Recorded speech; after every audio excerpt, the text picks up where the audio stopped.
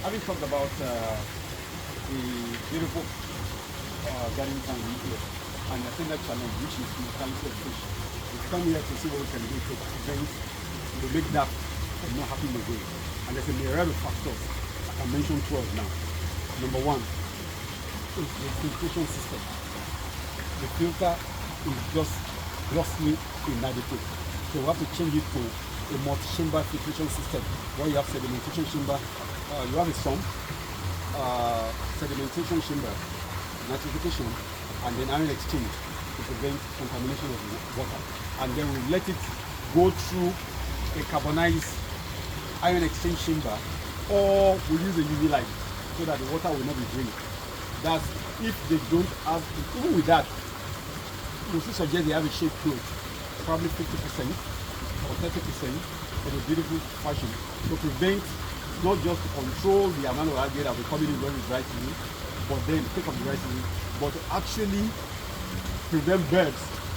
And I'm sure the birds there will be very intelligent because it's a hybrid area. We were talking of choosy birds who like to eat real foil. They will eat small birds like that we have at our place here in the suburbs. So that's for that. That's number one. Number two is that's what we got us there, by the way. The number two, where it is the outlets are looking too big. This is not Niagara Falls. This is too burdensome for the coil. You can see the first one there. It will come out like a gentle fall. Also, not that this is the wrong urination now.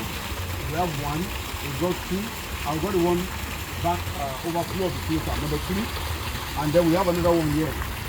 Cameraman, you can number four, number five, and then number six. We're going to use like no-no, or in what way can it be adapted to make the fall gentle. That's number two. Then number three, we're going to readjust. Now these ones are for beauty, and at the same time they do what they call decarbonization, right? Now the third one is the aeration system. Now I'm not in support of this aeration truthfully. Most of what can do to manage what is there. We've got a simple aeration pump by inside, and then we have the ear stone, but I think we can do better than this to make it look a lot better. That's number three. Then number four, we're looking at the rockery on that side. If it can be configured to actually hide the filtration we are bringing in here eventually. Now if the opportunity is there for us, we can go about number five now to actually redo the edges if time permits and the owner would like us to do that. That'd be wonderful. We've got enough rock on the side that can be used to do that, so that the whole thing is recessed to the ground. Or we have a build up of sand a little bit, and then you look at see the water is coming from under, going to the garden, from the garden.